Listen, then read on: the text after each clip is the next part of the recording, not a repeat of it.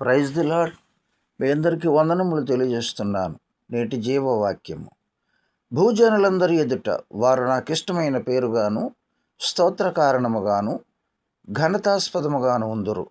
ఇర్మియా గ్రంథము 33వ అధ్యాయము 9వ వచనము.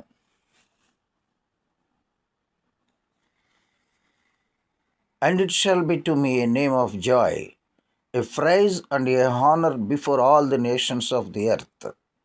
Book of Jeremiah, chapter 33, verse 9.